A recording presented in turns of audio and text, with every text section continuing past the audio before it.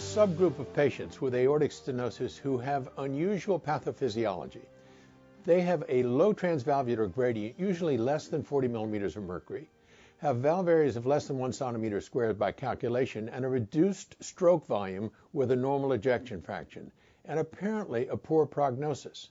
Now in circulation, researchers report on the outcomes of a group of such patients compared to the outcome of patients with more moderate aortic stenosis.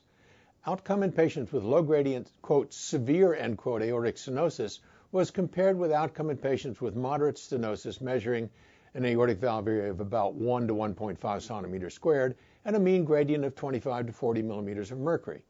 During 46 months of follow-up, almost 4 years, there was no difference in outcome between the two groups.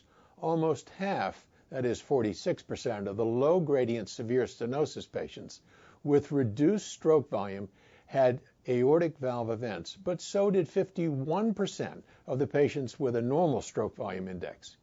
The researchers concluded that low gradient, quote-unquote, severe aortic stenosis patients with reduced stroke volume index had aortic valve events comparable to those in patients with moderate aortic stenosis. Well, what does that mean?